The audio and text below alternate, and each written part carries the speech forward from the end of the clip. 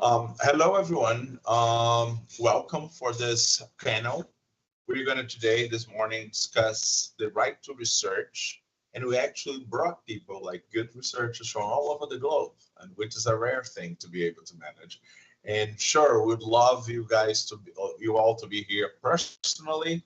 We all be in Curitiba and you come and visit, but that wasn't possible to bring everyone in person here, but we're doing online. So we managed to make at least to bring the discussion. We're not going to be talking about Brazil. We're talking about everywhere else but Brazil. So we're very happy to bring that discussion here, which is right now we are in the middle of a debate on AI regulation, and in the AI regulation, there is a very specific topic on research, also dialogues with other places. So we'd really love to hear from everyone where the stand everywhere. So it will be much more of an opening the discussion than closing the discussions. So I'm glad to everyone made it here, and we're going to be very happy to hear what you have to say. And we'll keep discussing that for a while, I hope. And hopefully we're all going to be seeing each other personally soon. On that note, I'll start with Professor Sean Flynn. He's a professor of the American University. He leads the Arcadia project on the right to research. So he's been a lot at WIPO. So he's been between DC and Geneva talking about the right to research for a while now, and he's going to be talking about right to research for a few years to come. And welcome, Sean. And we would love to hear from you. What are the news that you bring us from this international debate that's been going on for a while? So welcome, and you went first. Thank you, Alan. It's great to see so many of our partners here. Beatrice, our former students, Lokesh and Luca, who we still work with now, and colleagues from Strathmore, etc. So it's great to see you all here. So I was asked to just speak a little bit on the kind of the international context that maybe will set up a little bit some of the specific accounts from specific places that some of my colleagues are going to present. And I'm sorry I won't be able to stay for the whole thing because I have another meeting coming up. So I apologize for that in advance. Let me see if I can just kind of start my show. Is that working, Alan? You see slides? Okay, cool.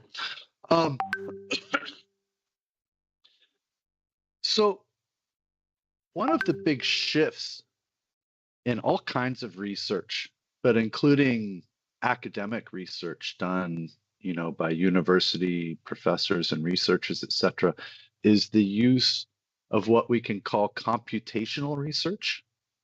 Sometimes it's referred to as text and data mining, but it's essentially the use of computers to analyze full texts in order to find whatever the researcher is looking for.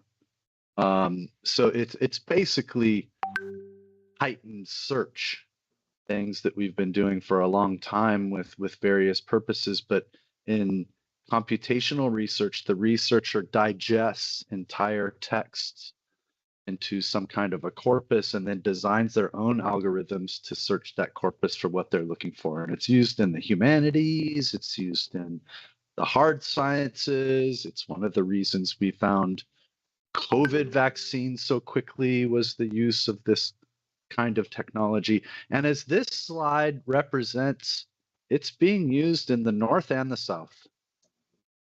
We created this text through our own text and data mining project. We downloaded all of the materials from the Scopus database over a 20, 30-year period, and then searched that database for uses of terms like text and data mining, computational research, etc., in the methodology section.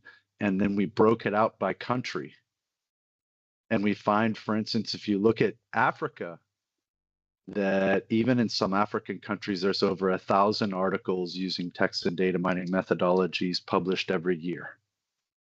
So this is happening really all over the world. Now, one of the things we found in our previous research that I presented at this conference before is there's a general tendency when countries amend their copyright laws to make the exceptions in their copyright laws more open. And that's a term of art that we use to say that an open exception is one that can be applied to all kinds of works. Doesn't only apply to literary works, for instance.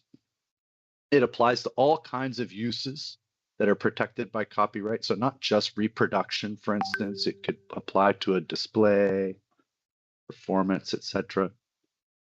And critically, for all kinds of purposes. It doesn't restrain you only to kind of criticism and review, etc.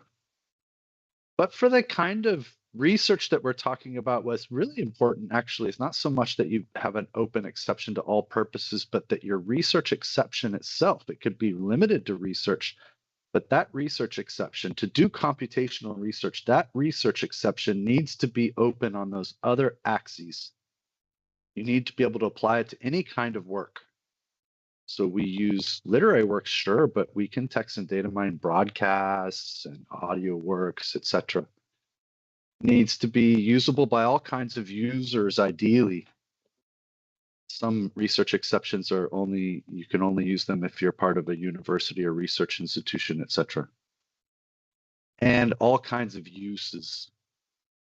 Importantly, it needs to be that openness to works. It needs to be full works. It can't be just quotation, because to do this work, you literally have to make copies of entire works. So although our research finds that exceptions more generally open over time, if you look at the exceptions overall, if you just look at research exceptions, you actually find that over the last couple decades, you don't see the same openness increasing until recently. So recently, with the advent of this computational research, you actually do see countries considering this. And the slide on the right includes proposed exceptions. So not just ones that are enacted, but if you look at the way laws are being proposed to change right now, you do see more of an openness of research exceptions. And that's critically important if we're going to advance this kind of enterprise. So, and I think I may have presented some of this previously, but it's a little bit of the frame for a lot of the other research that the other participants are going to be talking about. But part of what we've been doing is mapping the whole world just on research exceptions. So this is looking at how open, as I defined it before, how open research exceptions are around the world. And the kind of greenish countries that you see in North America, those are the ones that have truly open research exceptions. They're often by virtue of like a fair dealing or a fair use exception that's common in common law countries. But if you look closely, they're not all. This is not restricted to the common law world. You see many countries in Asia, for instance, and even within Europe, continental Europe, that are not part of that common law basis. They could be called civil law countries. But you see none of them in South and Latin America, where we are virtually today. And in fact, Brazil is labeled on this map red, as are many South American countries, and red are the most closed. These are actually the countries where, just on the basis of the law, and we might talk about interpretation of the law, this map doesn't look at the interpretation of the law, but if you look at just the text of the law, they actually give a prohibition on reproduction, at least, and don't have an exception that you can use for whole works. They only allow some kind of quotation or excerpts, and if that operates to prevent you from making those copies of whole works, then you can't legally do computational research. So just going to shift very quickly into what's going on at the World Intellectual Property Organization that may be relevant to this, and then I'm going to I'm going to give up and let it go to our other members because we don't have a ton of time. But there's 2 agenda items in the World Intellectual Property Organization that are relevant to this topic. And so the first is that there's a broadcast treaty being negotiated that would give new exclusive rights or require new exclusive rights for broadcasters that are similar to copyrights. And the entire justification for that is a little bit suspect, since broadcasters are just intermediaries. They're not creating content. If they create copyrighted content, then they can be a copyright holder. But this is to give them exclusive rights over content that they don't create, that they just carry. That in itself is a bit of a problem. But very important is that if you give these kind of rights and you don't have adequate exceptions, this is the point 3 on the shared summary. What's the right balance here with limitations and exceptions? If you don't have limitations and exceptions for research uses, for instance, then you cut off a lot of very important activity. I mean, if you want to do media monitoring, if you want to try to find race and hate speech and all these different kinds of research uses of content that's carried over our airways, then you must have a research exception to any broadcast right. So that's a question that's still being deliberated in WIPO now. This treaty may move forward next July, and so there's a really critical time right now about whether countries are going to support especially mandatory research exceptions for countries that implement the treaty. And then the second is there's actually an agenda item on limitations and exceptions for essentially research activities. It's the activities are for libraries, archives, museums, education, and research. So all together, those are being focused on, and that agenda item is a lot less advanced. But the Africa group, with support from many Latin American countries, is trying to push forward a process to draft an instrument that would hopefully be parallel to that's advancing in the broadcast treaty, that would outline at least some objectives and principles and kind of guidance for countries within limitations and exceptions that may apply to the digital environment as well. So I'm not going to unpack, these 2 agendas too deeply, other than to say that, those are existing, and those are, if you're interested in the international law dimension, those are 2 things to keep an eye on. And I'll just mention before I finish this that, as Alan mentioned, we've been working on a project for the last 3 years that's really been focused on this kind of research issues within copyright law, brought together a big international team of researchers, many of whom are on this panel today. And we've renewed that grant. And a key part of that renewal is that we're bringing together a lot of these methodologies into what we're calling a Geneva Center. And it's not fully launched yet. We hope to formally launch it next year. But one of the things that Geneva Center could do is facilitate students, especially probably PhD and postdoc students, to visit Geneva to work on some of these issues, to do externships and internships with organizations and delegations working on them, and really try to create a pathway for people interested in international intellectual property law. So if you're interested in these topics, I urge you to kind of keep your eye on this. We'll be announcing things on our website at PIJIP, PIJIP.org. That's the Program on Information Justice and Intellectual Property. And there's at least 2 Brazilian partners that are in this initial planning process. And so there should be institutions close by you that are part of it. So with that, I think I'll end and turn it over. As I mentioned, I'm not going to be here the whole time. So Alan, I don't know if you have any questions you want me to address now. Otherwise, I'll hang out for a little bit for some of the other. There's no question from the audience because it's been transmitted online, so we haven't got any other questions yet. Does anyone have any question or comment to Sean before we move on to Bia? I have one. How hopeful are you that we're going to get how hopeful, sorry, my English is not very good this morning. How hopeful are you that we're going to get some research exception into the broadcast treaty? Do you have any hope of that, or? Yeah, I think it's I actually think it's very close to certain that there'll be some research exception in the broadcast treaty, because it's in there now. It's in the text. So there is right now a permissive, not a mandatory. There's a permissive, explicit permissive exception for scientific research in the current text.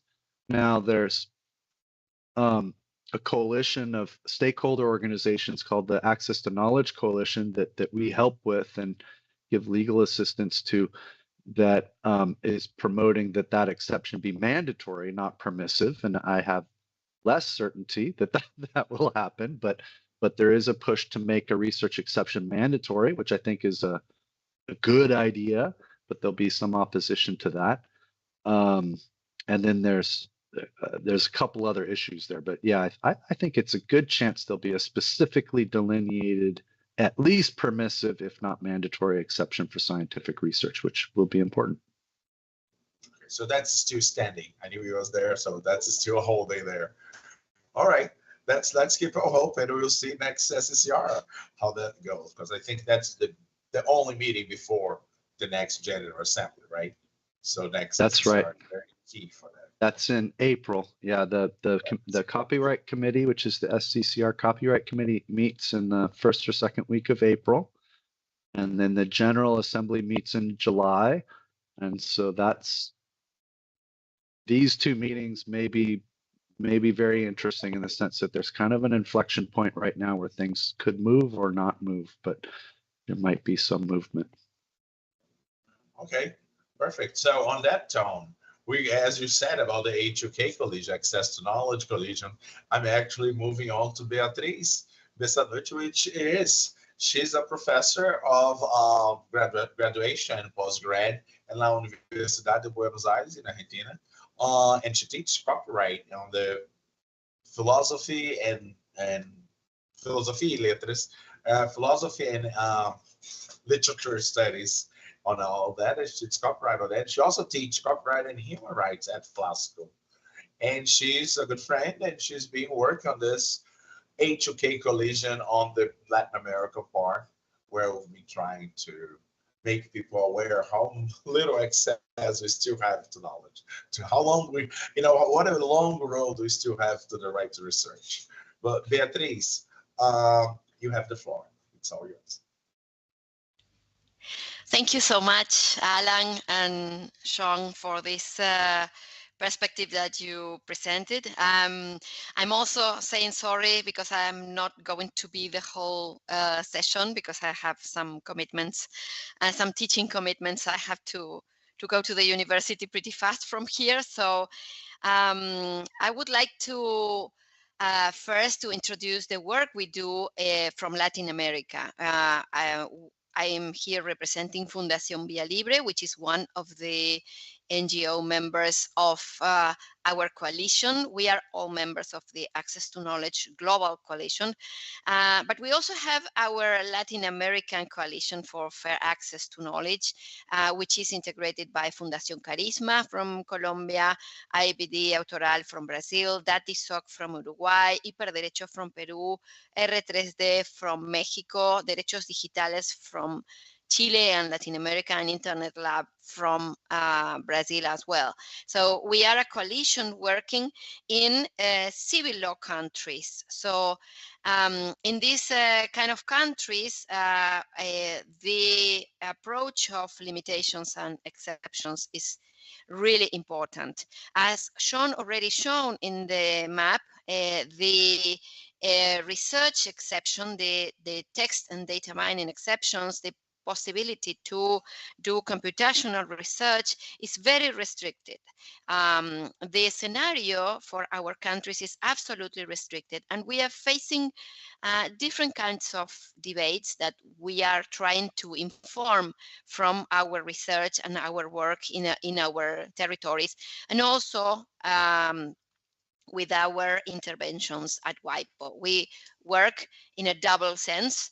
From the local perspective, we usually talk to the authorities, to the policymakers, to all the stakeholders in this debate. And in a global level, we are taking part of the debates at WIPO. So we work in these different levels, which are quite different because, but related one to the other. One of the things we've been doing in the last month, of course, if you visit our site at accesoalconocimiento.lat, I can say it in Spanish, maybe a lot of people listening to this session speak Spanish, so it's accesoalconocimiento.lat. You will find there our research, our papers, our position papers, and our contributions to the main debates, both at WIPO and in the local fora.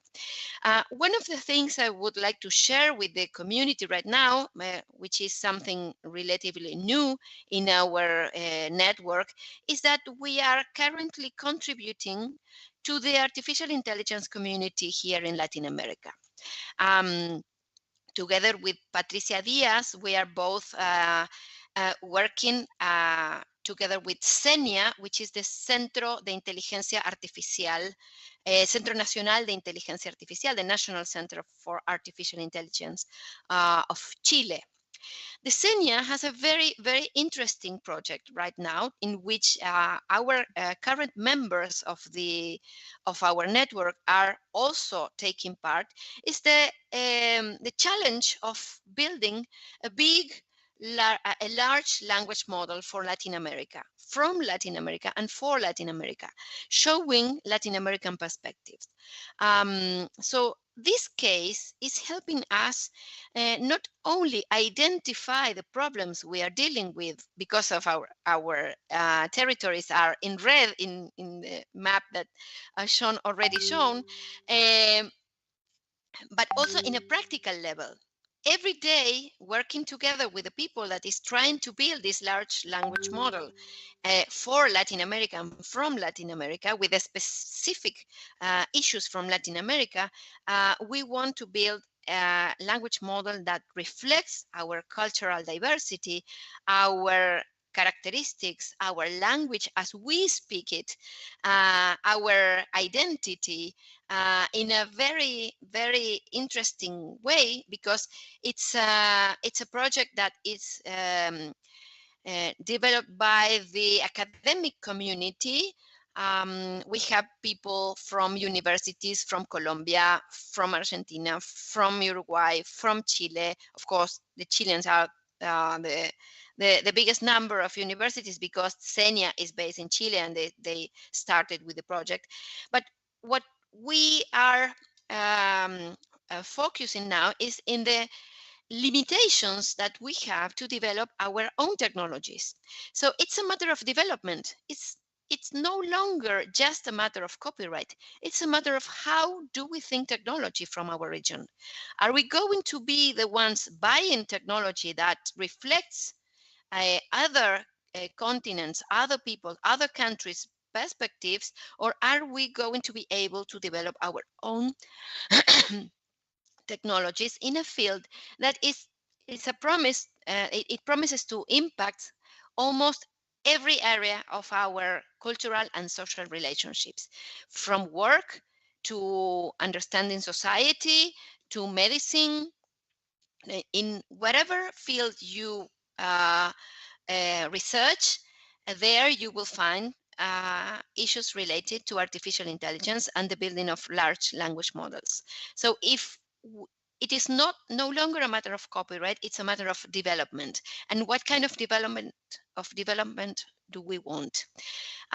In the current perspective, where we don't have almost nothing related to limitations and exceptions in our laws, having the opportunity to train these language models and to train our own technologies with our own cultural background is the main challenge.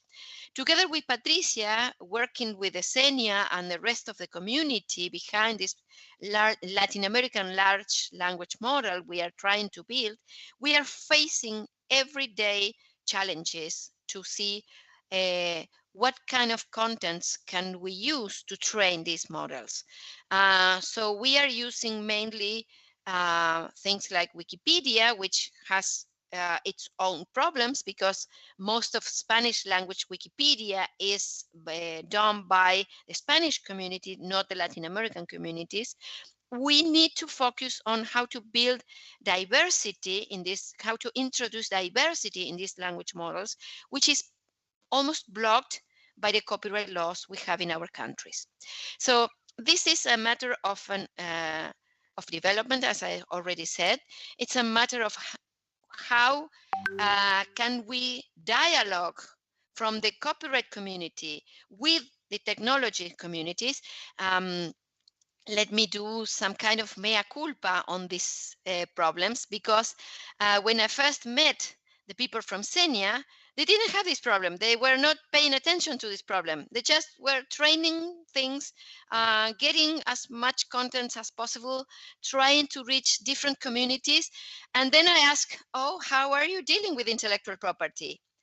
And then the world fell apart and said, okay, how do we deal with intellectual property? And that's something we are trying to do from our network, from our Access to Knowledge network. Having these kind of flexibilities, these limitations and exceptions is very important. And let me add to what Sean already said on the broadcast treaty. Broadcasters, transmissions, TV transmissions, radio transmissions are a strong, a very important input for training these kind of language models. It's not only written text. We need voices. We need the inflections of our languages. We have the different sounds of our Spanish speakers. So broadcast is a very important input that we could use. And having a mandatory limitation in the broadcast treaty would be very important, because if it's not mandatory, our countries will not change the laws, because big media are really strong in our country. So we will go to the SCCR this year to push for this mandatory limitation, because we need to have the capacity to train our language models in our own language, in our own inflections, in our own culture. So that's the reason why we are working together with the technology community and trying to inform the copyright community of the importance of having this perspective on the table in every debate. So thank you so much. And sorry if I have to leave in a while, but I'm able to answer questions if there are any of them.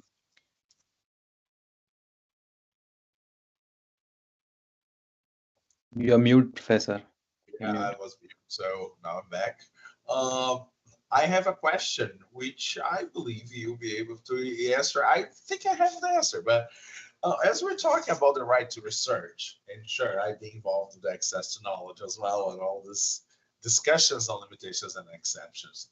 Our reality in the global south, certainly in Latin America, because Brazil also follows, is different. We are in a different stage of fighting for the right to research. So we are actually fighting to the right to do research, but we're also still fighting to the right to access the text, even the text and the articles and the papers, and to have access to the big database where they are located.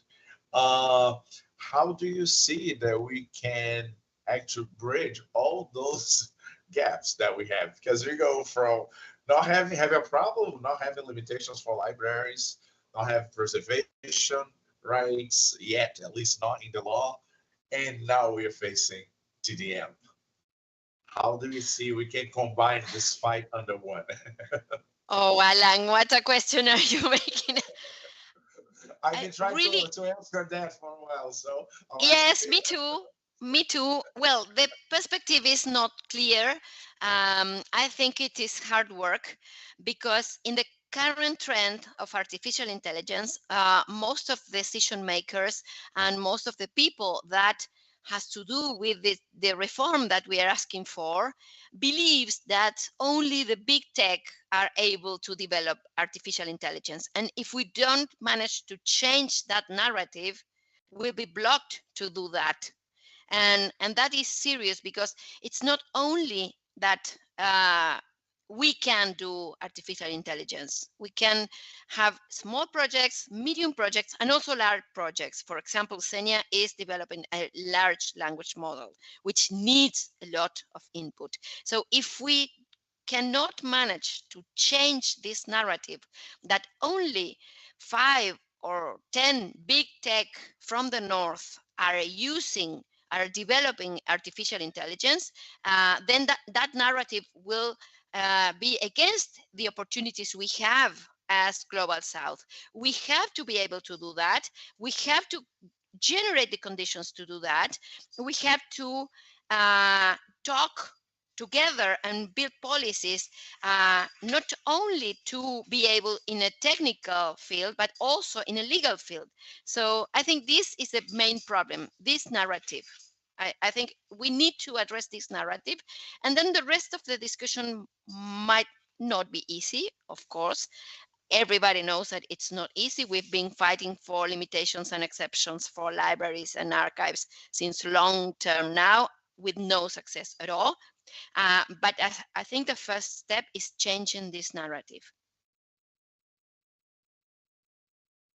I loved your answer. Yes, I agree fully with you. A perfect answer. And I'll pass on to Sean, which has some comments. Yeah, just to, a few more comments to connect the two of us a bit, the WIPO agenda to the narrative of this being a global issue and including a Global South issue, right? So as I mentioned, there's actually this really important point going on at WIPO now. And so, WIPO is a place where, most of you are probably very young in the audience, like younger than me and younger than Alan, maybe more like Lokesh and Luca. But, so for you, there's one WIPO treaty negotiated in your, adult lifetime, which would have been the Marrakesh Treaty. Before that, the inflection point was 1996 and the Internet treaties. And it was a big rights holder agenda. And then now WIPO is actually doing 2 treaties this year, one on design law, which is more of a rights holder agenda, and then one on genetic resources, which is more of a Global South agenda. And it's presented like one of the ways things can move in WIPO is for there to be a more balanced agenda. Otherwise, you have this north-south divide and both of them have interests in blocking, right? And so one of the major Global South issues that links with Global North issues, at least through those public interest communities, is these like limitations and exceptions, making sure they're broad enough. Global South, if you remember my map, the countries of the Global South tend to have more restrictive exceptions, even for the public interest purposes that are, in Beatrice's terms, developmental. They're missing the developmental. So how do we, when we modernize the intellectual property system on an international level, make sure that it's serving developmental needs as well? There was actually a development agenda adopted by WIPO in 2006, so there's a normative set of guidelines here, and there's now a political reality. And so the next thing that might move at WIPO is a broadcast treaty, and it will move in April and July.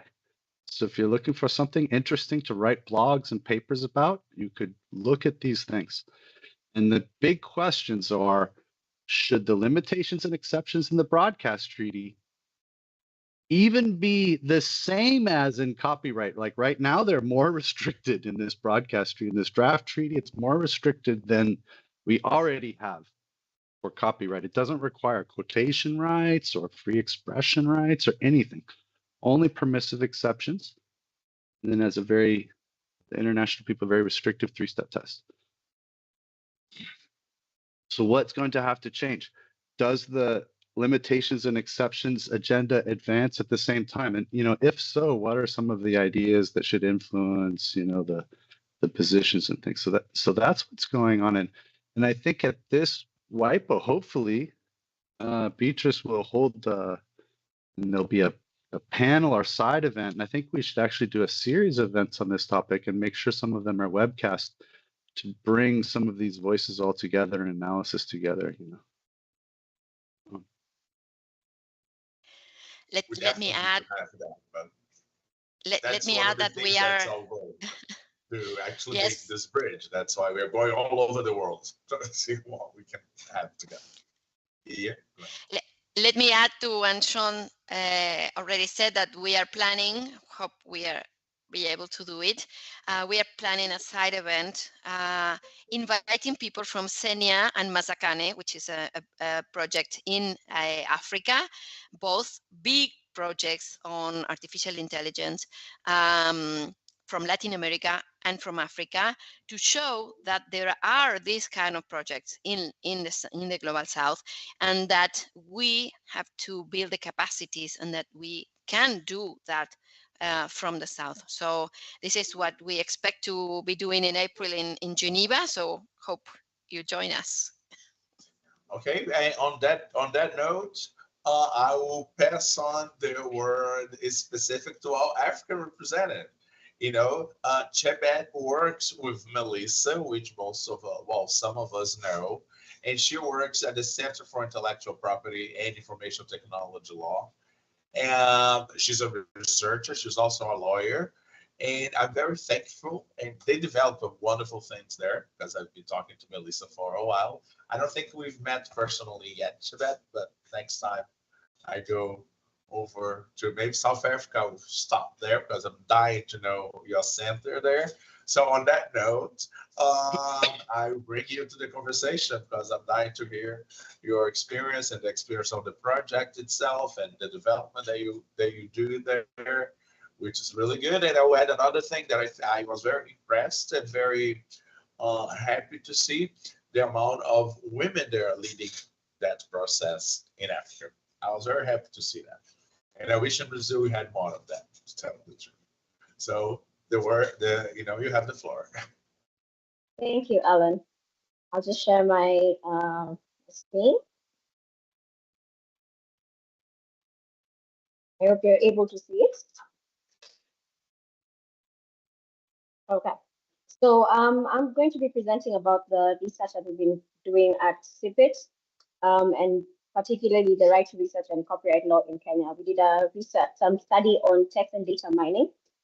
My presentation will be a bit short, maybe, hopefully.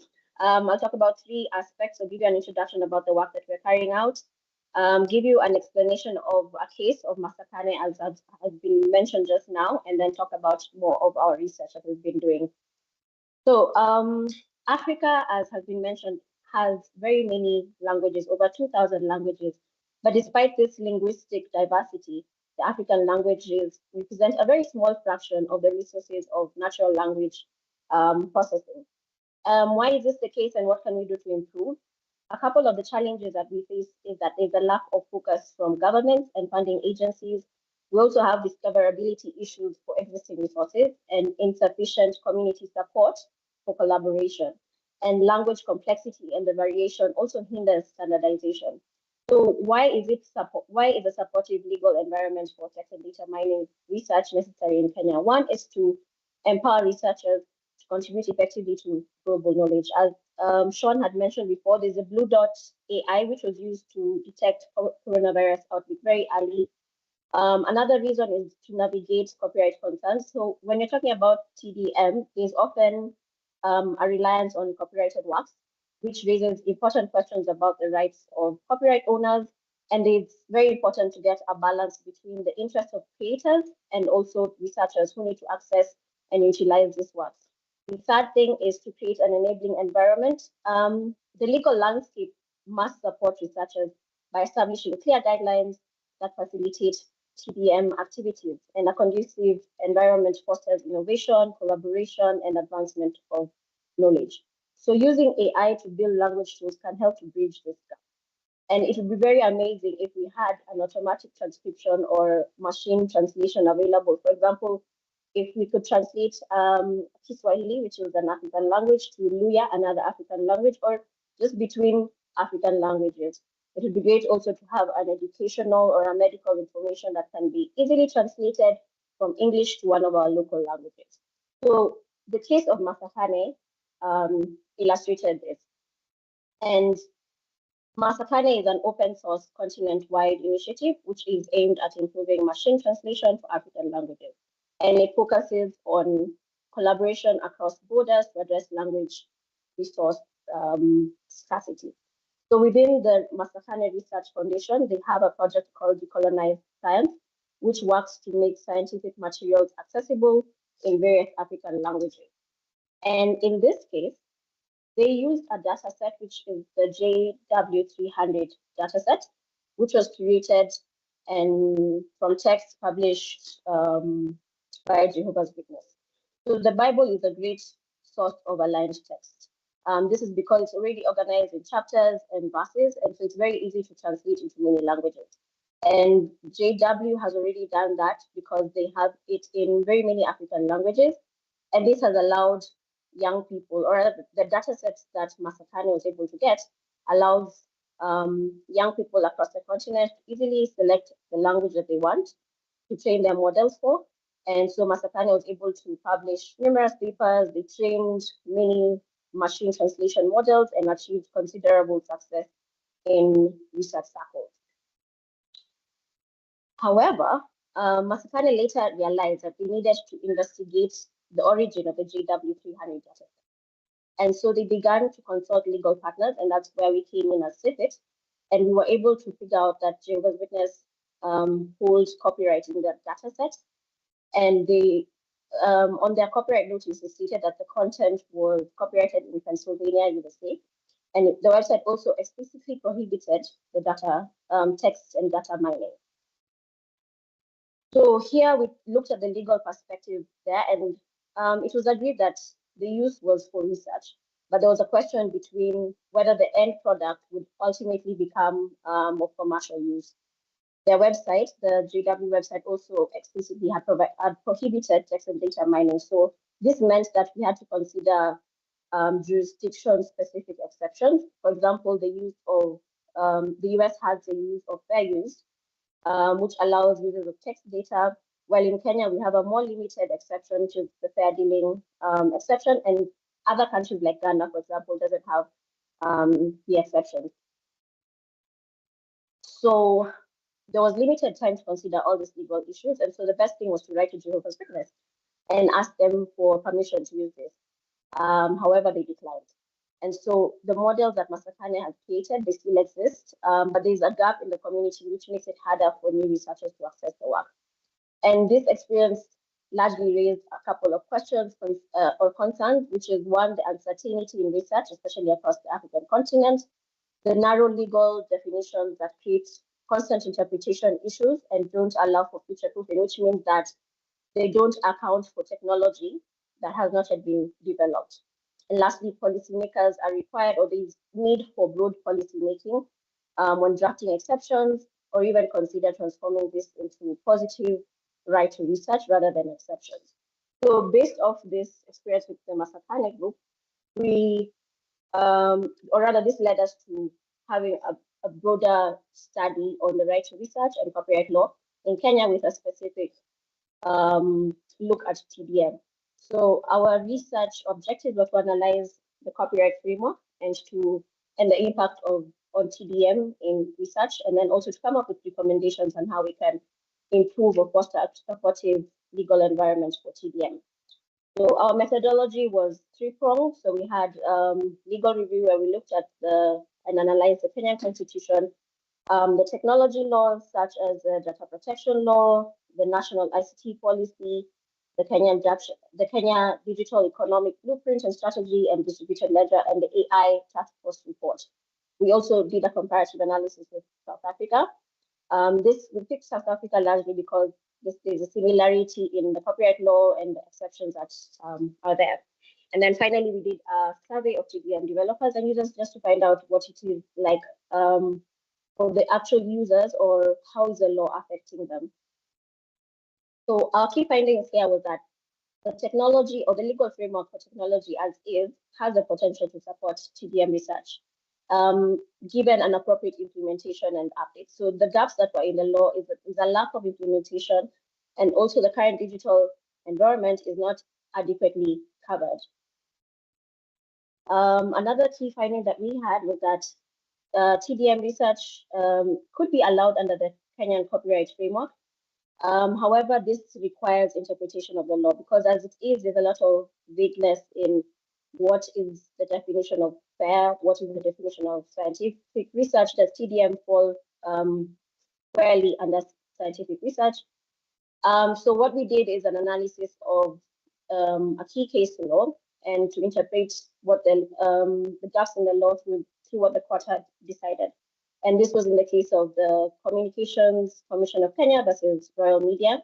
And here the court kind of shifted from what we know in the fair dealing limited exception and gave something that kind of looks like a fair use exception. So they gave us, rather they relied on a Canadian court case which had 6-factor fairness tests. So this looked at the purpose of the dealing, the character of the dealing, the amount of the dealing, the alternatives, the nature, and the effect. So in a situation where you go to court, the court could use this and say that, yes, this TDM, this actually falls under exception. However, you could go to another court and the interpretation, it can go either way, because the law as is does not provide for a specific exception for TDM.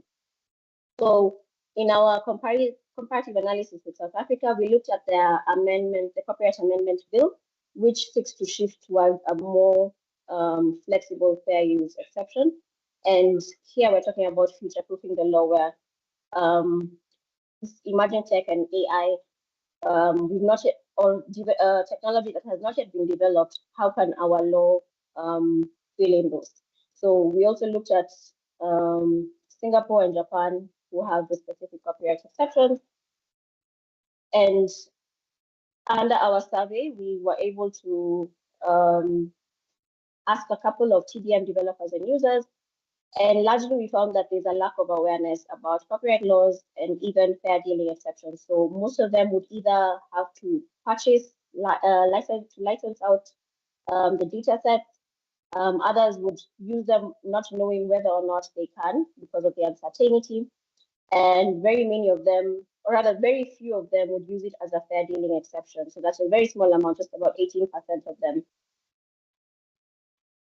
Although there was the lack of the use of the limited use as an exception, most of them found that, or rather submitted that it's important to have a defense to copyright infringement for TDM. So there's support for the exception, even though there's very little awareness of it, which was kind of funny. After this, we came up with recommendations. So for the copyright law, our recommendation was an amendment to the law, and we have 4 options of this. The first one is to expand the existing narrow fair dealing to a more open one, so that we can enable the digital environment to be accommodated. Then secondly was to shift from fair dealing to fair use, as is the case in the Copyright Amendment Bill for South Africa. And even with either of those two, we recommend that there's a definition of what is fair and what is scientific research, and also the option of having a specific exception for text and data mining research. Before we change the law, what can we do currently? One of our recommendations is that the Kenya Copyright Board, which is mandated to govern copyright matters in Kenya, can come up with guidelines to create clarity and guidance on the law as is. How can it be used? Does TDM fall squarely under scientific research? If we have guidelines on that, that would be helpful. And then we also need awareness based off the findings that we had from the survey. The government should promote increased awareness and education around copyright exceptions. From the respondents directly, we found that their recommendation was, again, awareness, sensitizing people up in the field of copyright and copyright exceptions, developing guidelines for them. And then another key recommendation we had is that to mainstream the understanding of copyright, and so for it to be integrated into the education curriculum. And with that, I will stop sharing and take any questions that you might have.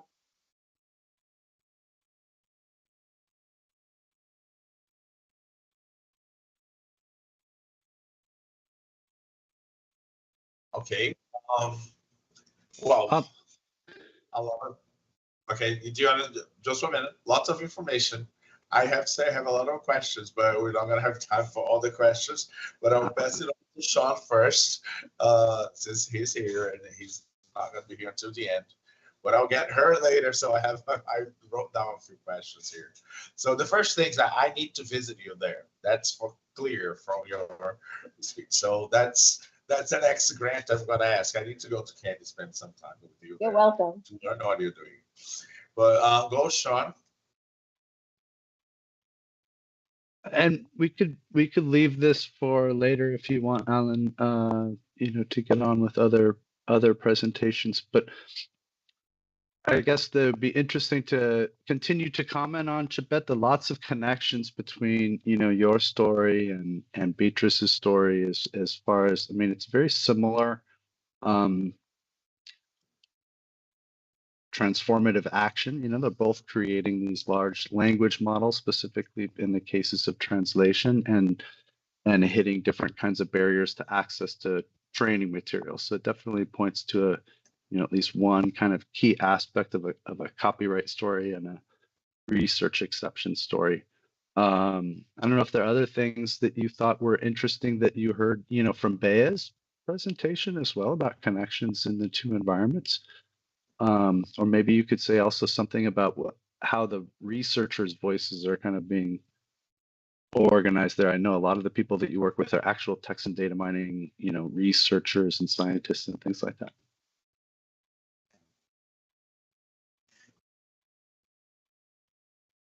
Go ahead. Yeah, I can just, I don't think Bear is on the call, but she'd mentioned about Masakane and I think another group that is in her area. And the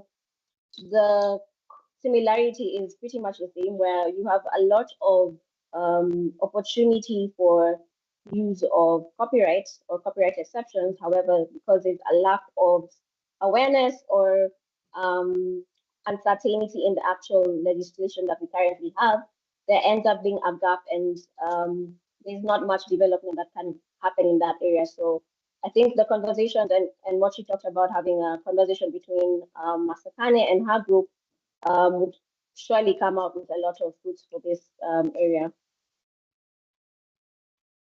Okay. Thank you all. I guess we will have a lot of things to talk after this panel, but it's only 12-hour panel.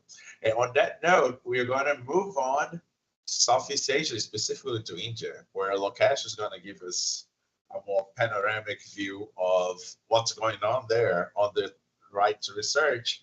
As you know, you're now the fourth, so you've heard from Latin America, we've heard from Africa. Now we want to hear from you before we go to Europe, where they already have an AI Act and things are going crazy in terms of the debate and discussions there. So, but I'll save this for later. But one of the things for Leander and Marek is that what I already asked this question for you: what can we learn so not to do? But that will be for later. What should we avoid? But that will be for later. But for now, Lokesh, the floor is yours, and welcome. And very nice to see you again. I haven't met you again, but very nice to see you again. Thank you so much, Professor. I'll just use my slides.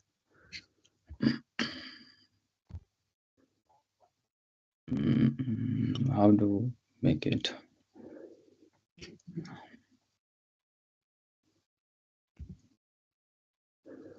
Yeah, this is visible, right? Yes. Yeah, okay. Yeah, thanks a lot, first of all, for inviting me here. And this is my ongoing work, so I'll not specifically talk about right to research as such. Rather, I'll be talking about the larger theoretical framework of looking at copyright law and to understand where South Asian IP thought might fit in there and why there's a need to talk about that as well. Just to briefly answer that, there's no such a right as such, right to research in India, but I've previously mentioned that there are provisions in international in constitutional law in India where we can trace the idea of like right to research.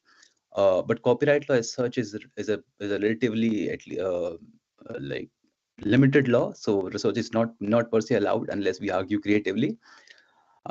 In my research, I'll take it a bit differently. So given the very, very interesting theme of this topic, this copyright and right to research and global connections, I just made one addition by adding a question mark at the end, just to say that, okay, how do we define global connections? Because I believe that this theme has a very interesting and intuitive appeal, given the juxtaposition of the world copyright law and right to research, which make us think and also argue in a specific light. And I also think that this is that given the current discourse about right to research and also the impact of research post COVID world, this is also a tempting discourse that make us all talk about this topic. But since it is a discourse, Foucault comes to my mind, who talks about that in every society there are certain discourses which also hold power. And so who defines discourse and who is a part of that carries some inherent power plays, and also the points of power. And I believe this needs to be thought through before I really jump into the nitty-gritty of copyright law and right to research, which I believe others have like already mentioned, talked about. So my talk will have two parts.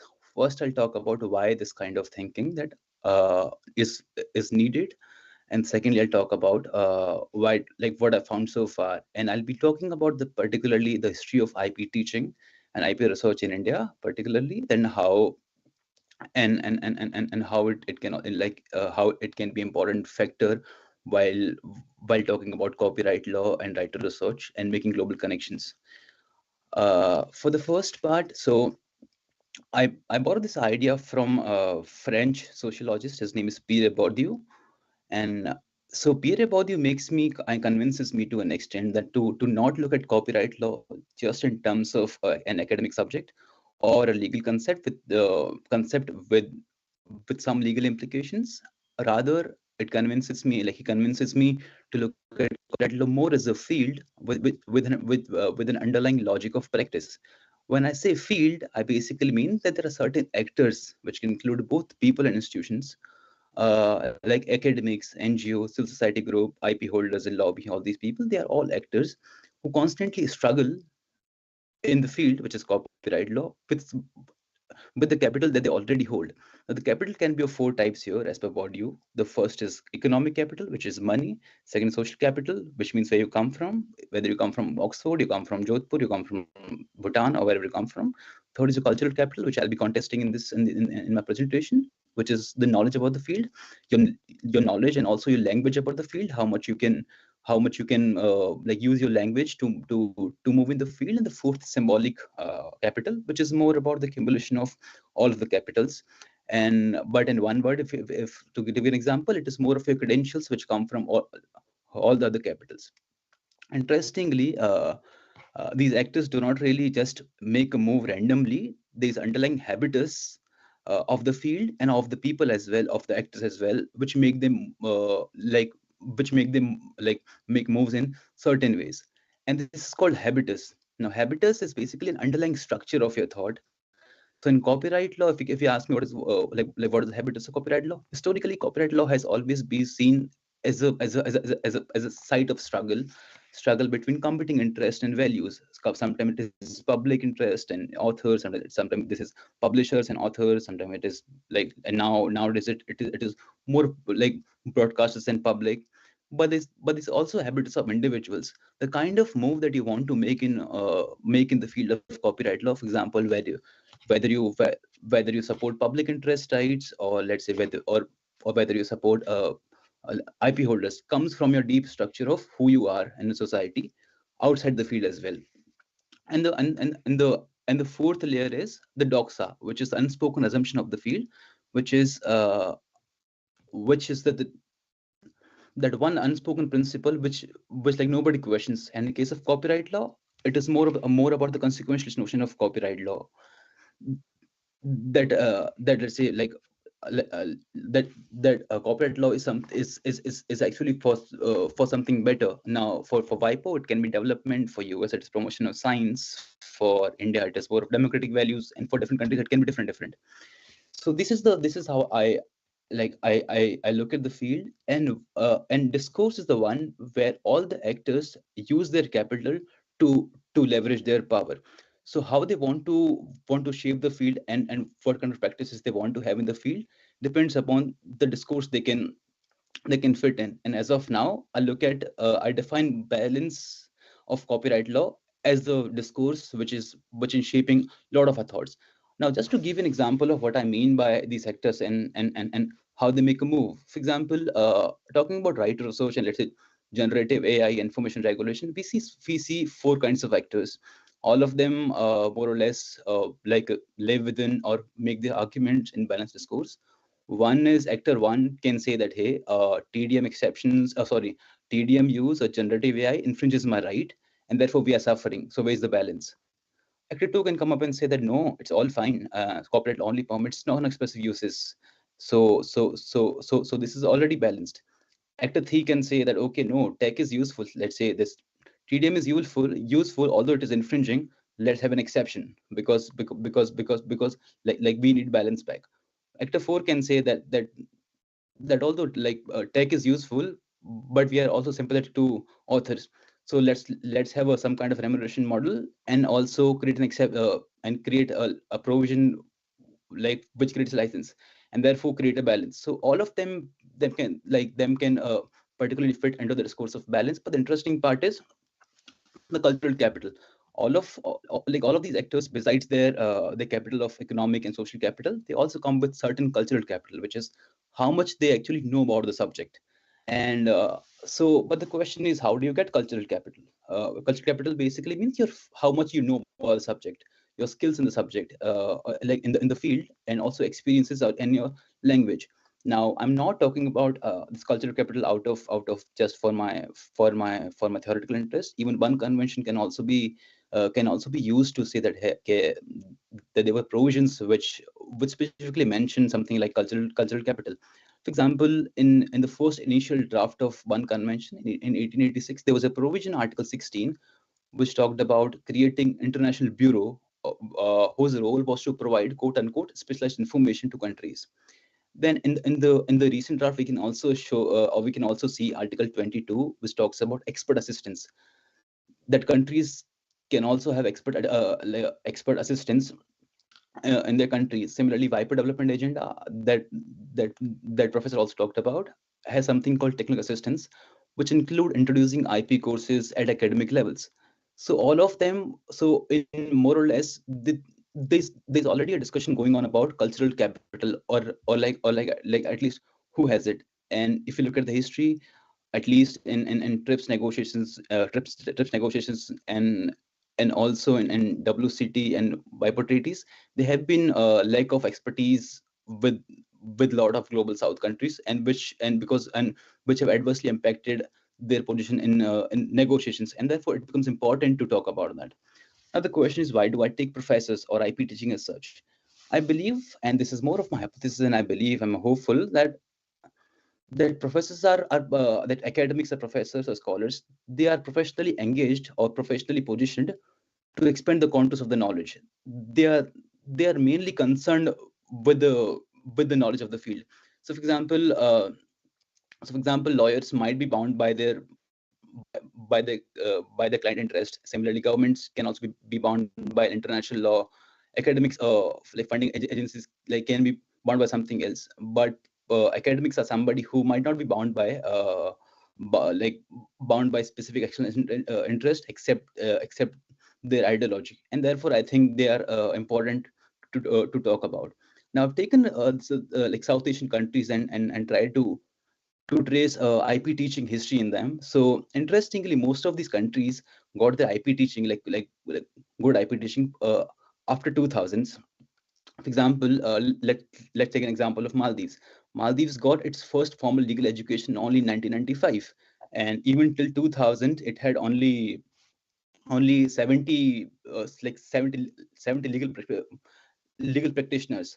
Afghanistan first time got its like model legal education and private legal education only in 2006. India got its IP teaching particularly after 2000s. Although it used to have a intellectual property course in even in 1967, but it was only in 2000s that the idea of IP teaching really got traction, and it happened because of Dr. Iyer, who specifically felt the need of lack of experts in negotiations, which ultimately pushed him to actually push for IP teaching in India. Same goes for Nepal, which even 1986 just had one IP case related to trademark law. So goes for Pakistan, where the role of IP, where the role of professors is considered to be not very useful, and the role of practitioners is something which is noted as important role, ultimately shaping legal education. Interestingly, Bhutan example, Bhutan got its first first law school only in 2017. All of these historical facts made me think that we really need to have local IP community who can have who can constantly challenge, contextualize global IP thought in their own context.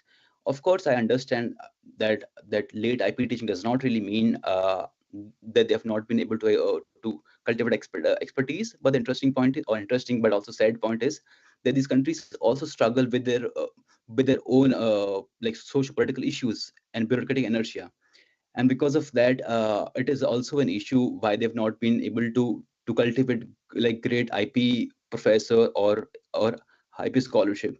Secondly, the role of professors and academics is also something which is not very same as we see in global North countries. For example, in a lot of South Asian countries, professors are not able to practice in courts.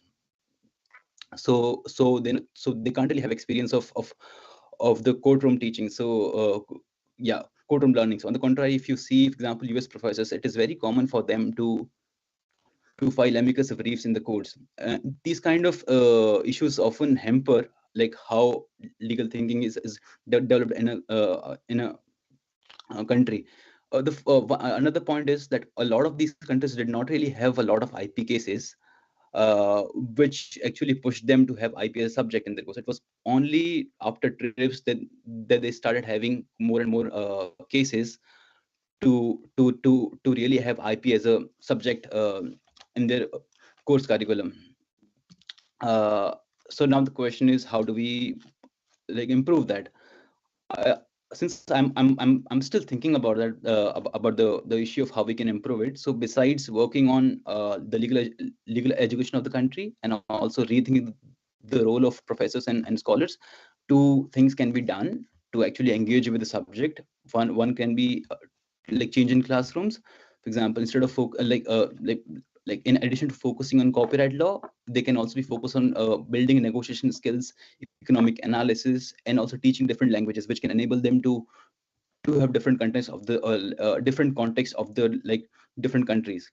Second, they can also be some change in course curriculum, which can begin with decolonizing syllabus, which means it is to be talked about that ultimately whose ideas we are actually going to read, and the kind of reading that people are reading, where they're coming from, who is the author, who is not the author, where they are based. All these ideas can be very helpful. Secondly, for example, the idea of multidisciplinary IP teaching can also be there, where IP is to be taught with the local context instead of just let's say theoretical models of how BIPO Academy teaches.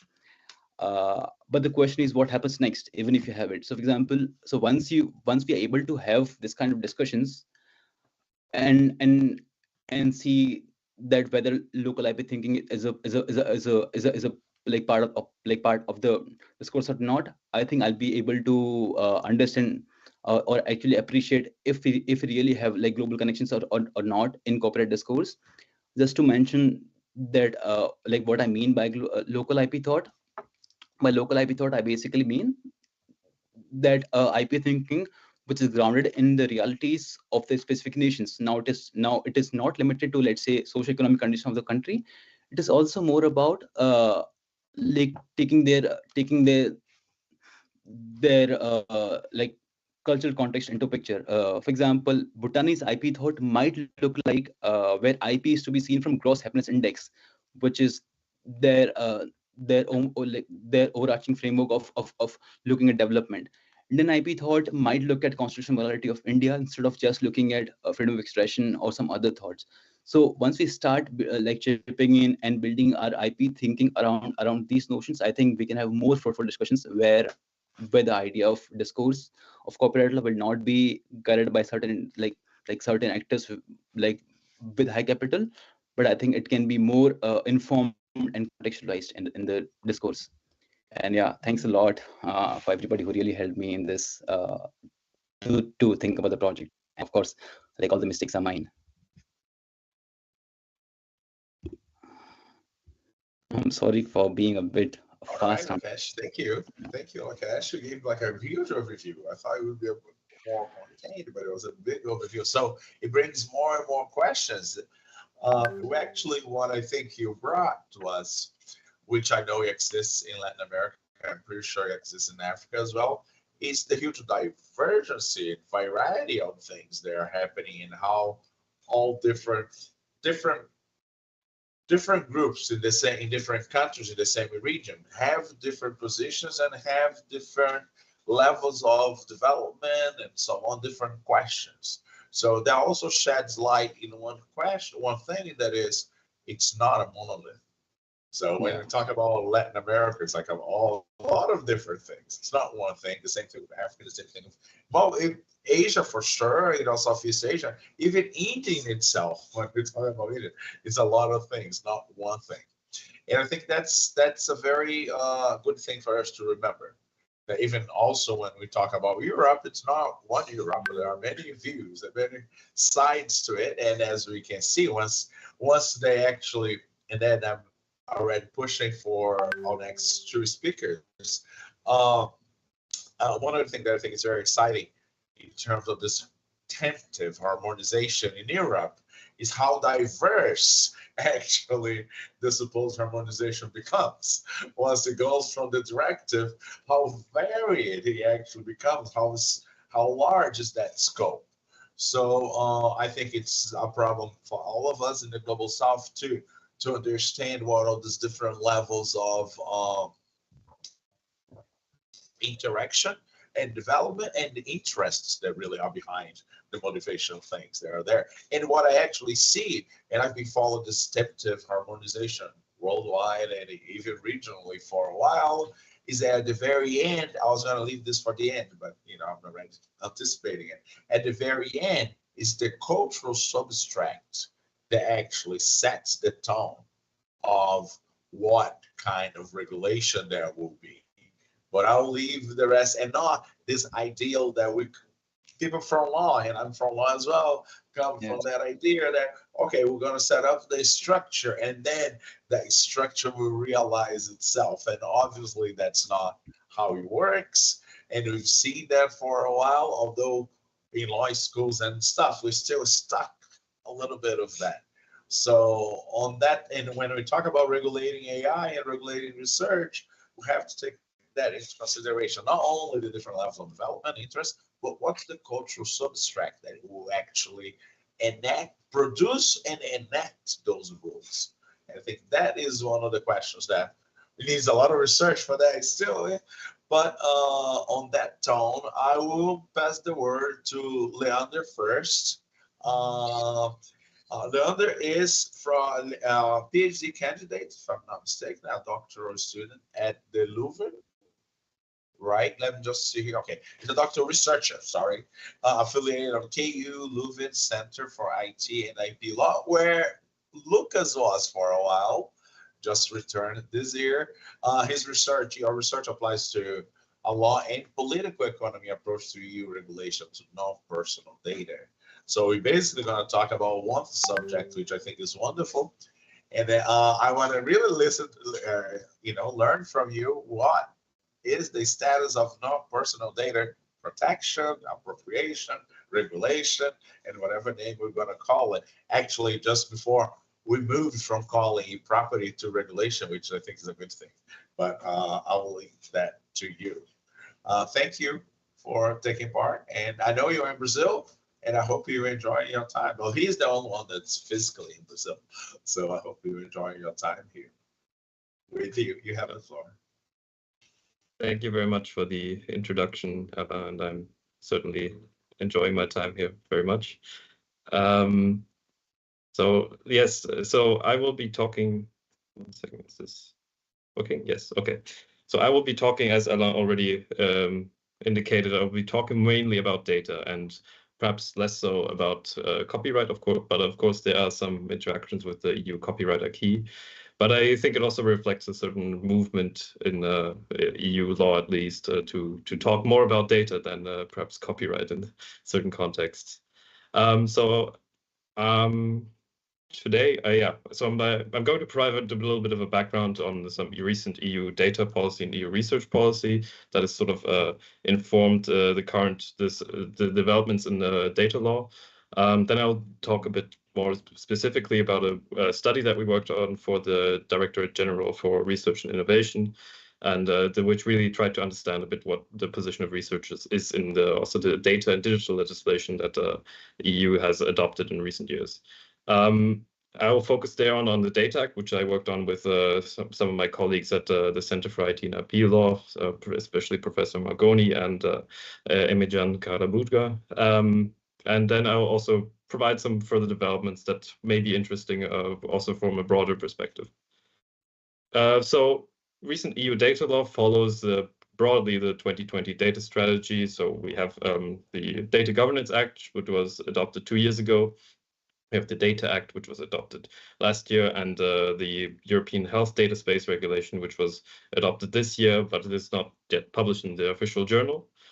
And generally, these contribute to this vision to create common European data spaces, which unfortunately have no singular definition, but across different policy instruments, they are sort of described as what they are supposed to achieve. So also ecosystems addressing research communities, and there's a broader emphasis on sectoral approaches, but also some cross-sectoral actions. And their number has increased variously. So at the beginning of the data strategy, there were 10. Then 2 years later, there were 12, and now we're talking about 14. And so the scope of these frameworks for data ecosystems will likely also continue to grow.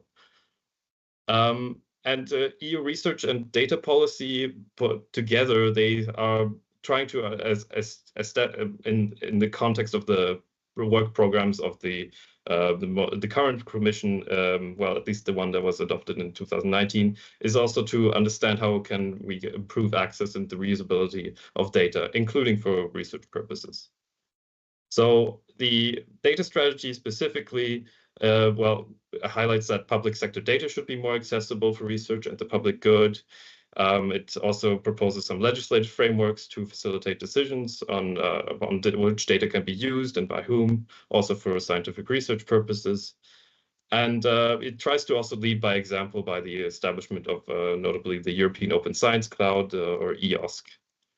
And this is really a type of prototypical data space, which is something that, so this one framework that is supposed to open up science, create opportunities for research and innovation, and but it also precedes in certain aspects the data space idea. From the research policy, as I mentioned, there's of course also this alignment with this idea of European data spaces and EOSC, which was articulated in a separate document. But what I'm going to be talking about specifically is the idea that the European Commission has put forward that there is this need now to analyze legislation that has already been adopted, and specifically to understand what the impacts are for access to data, for research data sharing and reuse, and how this will impact the different organizations and researchers involved in the broad research ecosystem. And interestingly, there is also the idea that the EC the Commission will propose legislative and non-legislative measures. So this analysis will hopefully also contribute to some sort of legislative intervention, also to the benefit of researchers. So I've included here a QR code link to the full study. It is quite long, but I will detail also specifically what will be discussing about the Data Act. So the study, as I mentioned, sort of contributes to this broader policy for the European research area, and tries to also identify points where copyright and data law that it could be adjusted for to the benefit of research. So it's a comprehensive analysis that identifies impediments and challenges to the access and reusability of research across these different legislative instruments. And for research methods, we use a literature review. There was a survey program, an interview program, a multi-criteria analysis, and comparative analysis, although those are different across the different instruments addressed. So there were two broader chapters to this study. The first one focused on copyright legislation, specifically also on the EU and the national level on open science. There's a detailed analysis on the secondary publication right that certain authors enjoy across certain member states. There's also a review of the research exceptions across the member states.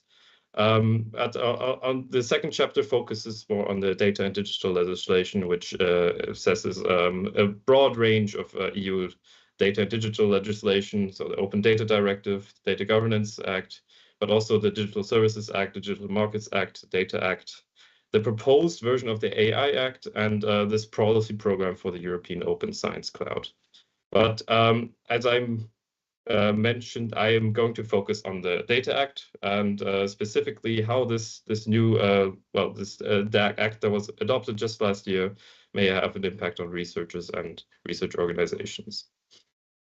So within that context of EU data policy, but also EU research policy, the Data Act sort of has to navigate its own position in regard to research, but it concretely addresses certain impediments and to access and reusability generally, but it also has some specific provisions regarding research that so it regulates various different data sharing scenarios. Probably the most well-known one is regarding the data generated by connected services, connected devices and related services, or Internet of Things.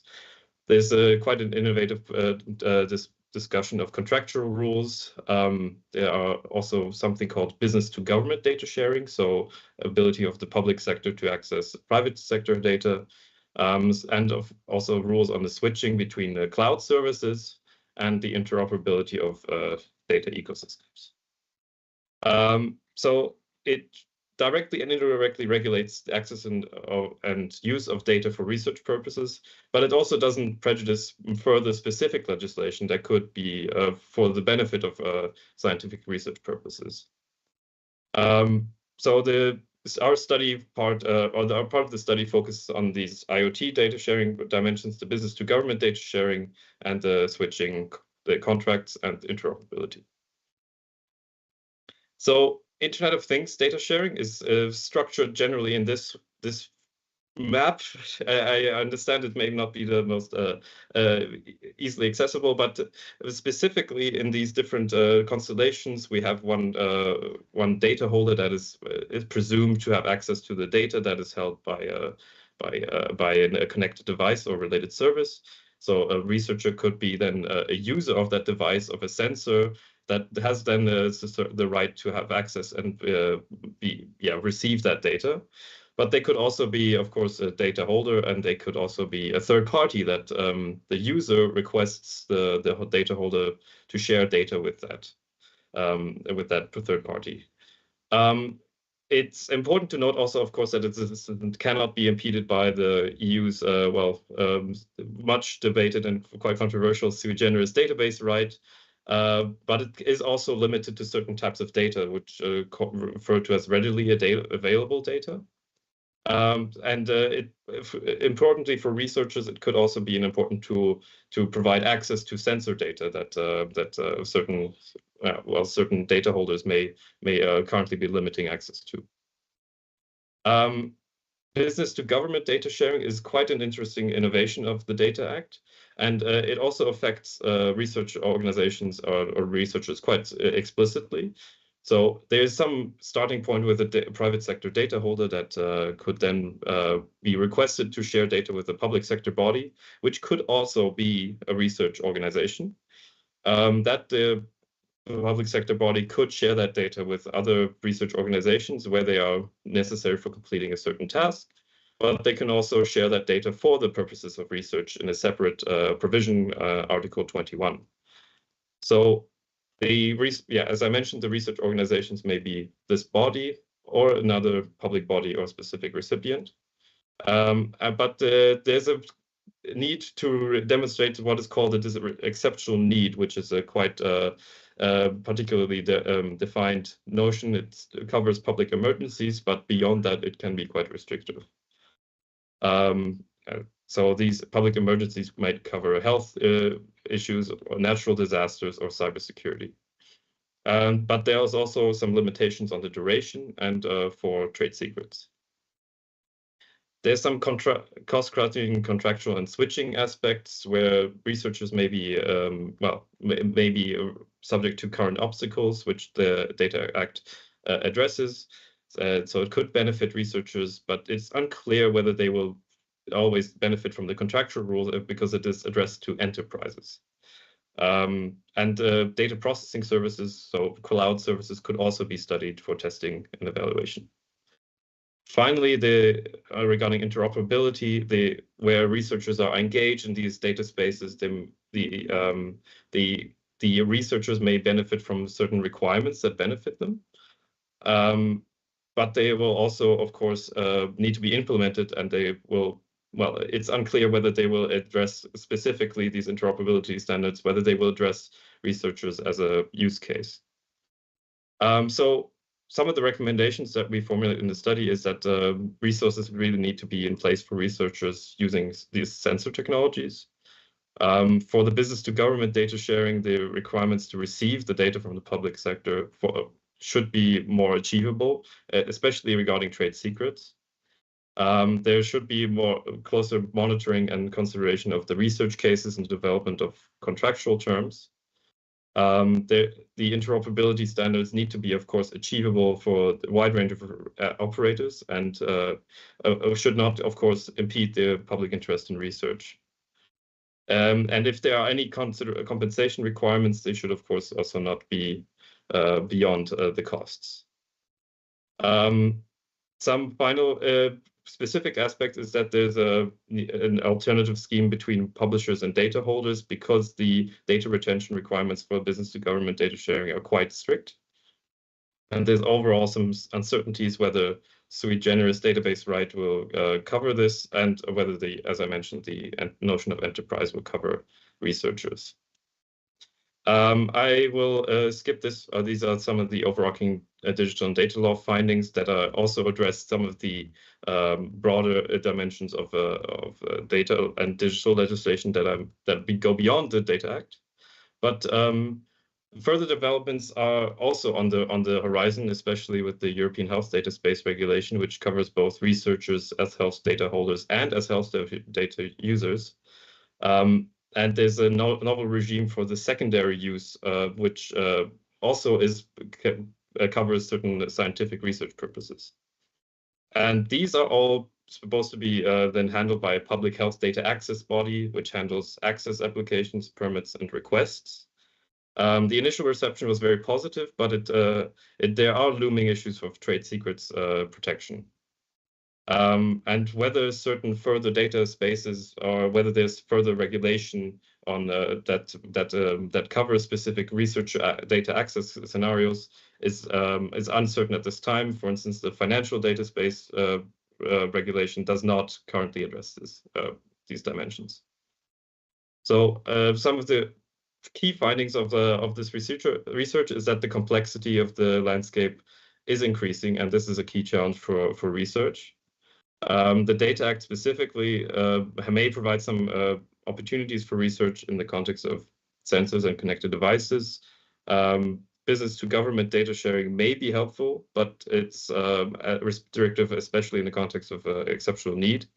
And some of the contractual switching and interoperability rules may certainly address certain feasibility challenges. But some more specific regimes, such as the EHDS or the health data space, but also some of the new interventions regarding research may provide greater access. And overall, unfortunately, there is no general appreciation for the freedom to conduct research as enshrined by the Charter of Fundamental Rights of the EU. So I hope that covers most of what I discussed. I'm happy to take any questions. Thank you. Well, I don't have specific questions, but I have many, and I don't think we're going to have time to go through all of them. So I will go, considering our time, I'll go, we'll pass it on directly, and then we finish off once Marek finished. Okay, is that okay? Move on directly to him. Marek is an associate professor at the Faculty of Law from Kazimierz. I'm not going to be able to say it. Okay, so you please do say it. A lecturer and doctoral student at the University of Warmia and Missouri. He's also a lawyer. And the editor-in-chief of the Journals of Legal Dogmatics. Exactly. Oh, I didn't know that part. There's exactly what I brought up when I made my last intervention. So, Eric, welcome. Where are you from, specifically? I come from Poland. Hello, everyone. I hope you hear me well. Okay, yes, we do hear you well. So, welcome. So, we got like all these different views, and I'm dying to hear what you have to say. Thank you for being here, by the way. Okay, thank you very much, Mr. Chairman. I hope you hear me well and you can see my presentation. Yes, we do. Okay, thank you. So the topic is the text and data mining for the purposes of scientific research in the European Union law. And lots of things have been said today about the topic. So just short introduction, and I wish to share with you analysis of the scope of the regulation, the conditions of text and data mining for research, and compare it with text and data mining fair use for commercial purposes. And then in the conclusions, I would like to point some specificity of text and data mining for fair use for research purposes. So there were we can saw today some information about international aspect, but let me just say that Poland in this year, in September, we have fresh statutes which amend Copyright Act and established fair use in the field of text and data mining. That is why it is so actual. And I'm observing as well a Brazilian AI bill and around Article 60 of that act. So it is quite also interesting. And other countries are also mentioned. The base for this thoughts, the normative base is mainly directive, so-called DSM, Digital Single Market Directive. And the Polish statute tries to implement that solution. And a lot of things have been said about the need for establishing such a fair use devoted for text and data mining. And one of the reasons, the main reason is to deal with the problem of legal uncertainty, which is connected with reproduction of works, downloading of databases, and some doubts if it is encroached in the copyright monopoly or in the exclusive right to database producer. We all, I think, know what are text and data mining functions, that it is very valuable methods of conducting research, and it is really important to develop and use of artificial intelligence. So let's just point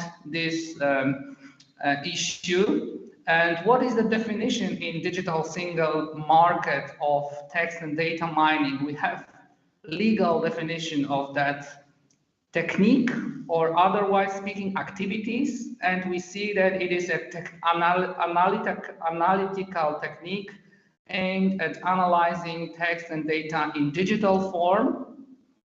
So there is a problem, there is an issue. Is it a legal base for digitalizing? If our library, let's say, have analogical book, can we, based on this fair use, can we digitalize the book? This is the issue. I think in practice, it is really important. In order to generate information which includes, but it is not limited to, patterns, trends, and correlations. So this is the essence, but there are several actions, activities, which are covered by text and data mining. And just to point that it could be identifying and accessing digitalized data. Of course, different kinds of creation, different kinds of works, and also databases. Copying a substantial portion of them. So this is the issue, extracting the text and data, analyzing it, and use the results of the analysis. And as Mr. Chairman asked me what should have been done, so let me point your attention. If we would like to share as a researchers the results of our research, and those results are covering fragments of pieces, bigger pieces of other works or substantive parts of databases. So this can cause the problem, because at now binding regulation, we don't have covered by the privileged, by that exception, we don't have covered sharing the results of the TDM analysis. So this could be a problem in practice. What is the subject matter of permitted or fair use TDM in the research? So reproductions, extractions, but made by research organizations and cultural heritage institutions. So students, researchers, yes, but if they are acting as inside research organizations. And there is an issue of lawful access to the data, which are the subject matter of text and data mining. There is an issue of storage, and the storage is possible for unlimited time, which is the difference with the text and data mining for fair use for the commercial purposes. There is a restriction in time. So I've pointed that it is a problem. Is this the legal base for the permissibility of prior digitalization of works? If so, and in my opinion, it can be justified, it makes more easy for libraries to digitalize some materials in order to make text and data mining possible. We should point it that Digital Single Market Directive and that fair use for research does not cover computer programs.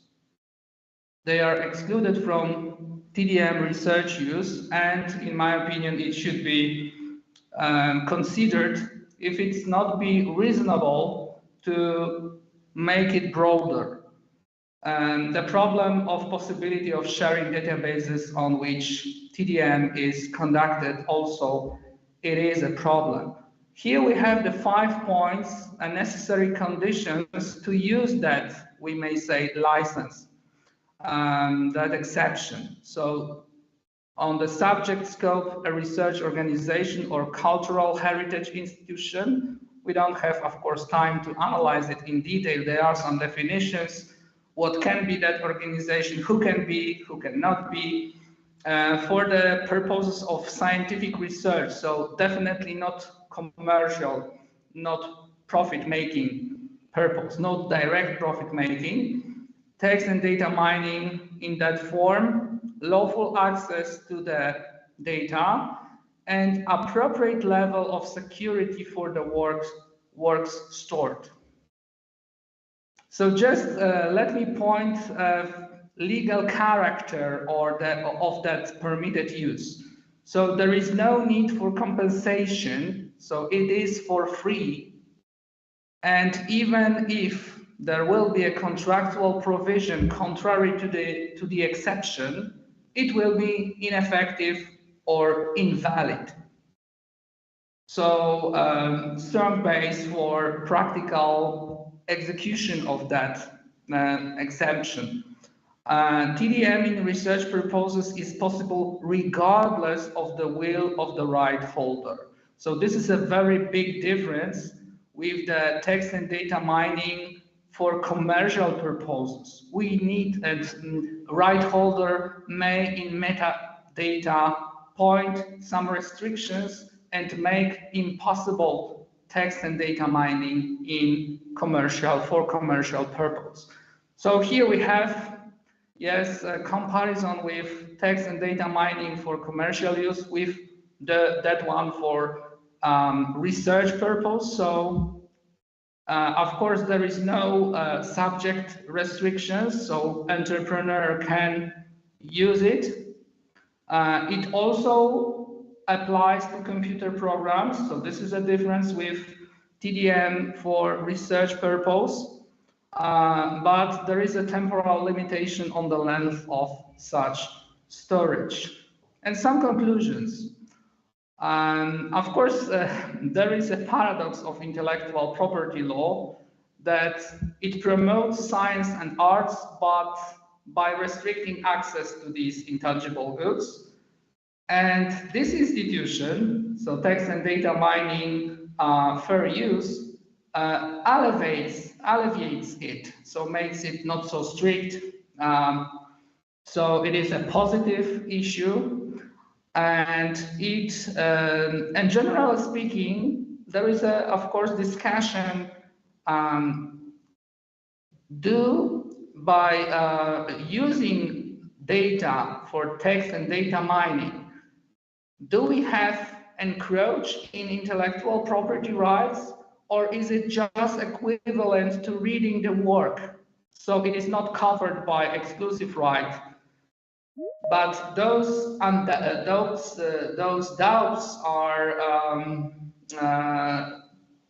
have some sense, especially when we are dealing with databases and sui generis rights to databases. And yeah, and the last issue which I should point your attention. So if the text and data mining results contain protected creative elements, and there is a necessity or the need for presentation of such results, for example, verifying the research results, such activities in the light of Digital Single Market Directive are rather not covered by this privilege, and it caused some discussion and some of propositions which are very sensible is, can we combine different forms of fair use in order to make it possible? Because solely the freedom to disseminate research results cannot be enough. or right of quotation can also be not enough. So thank you for your attention and waiting for your remarks.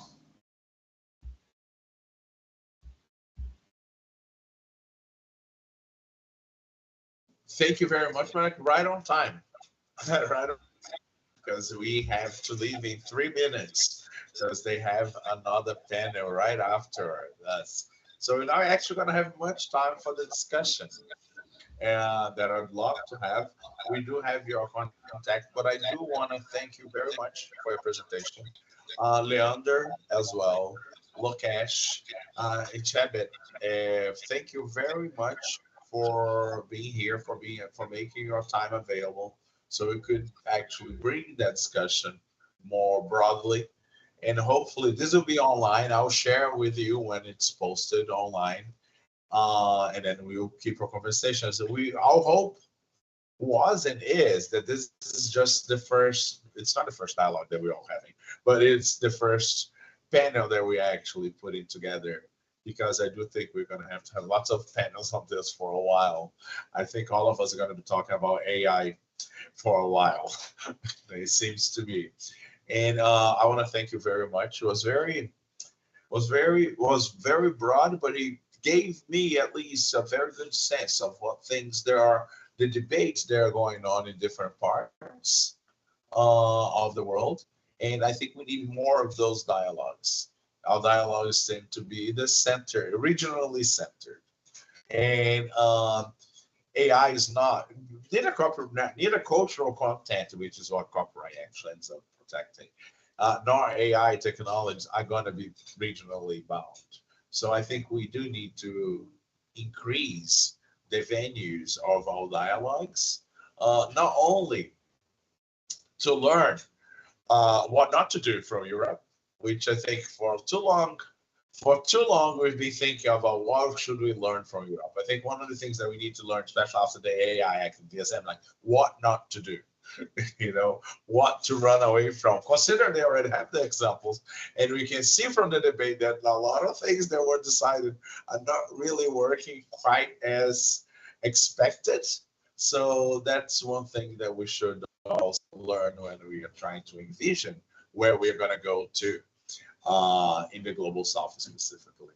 So I want to thank you again very, very much.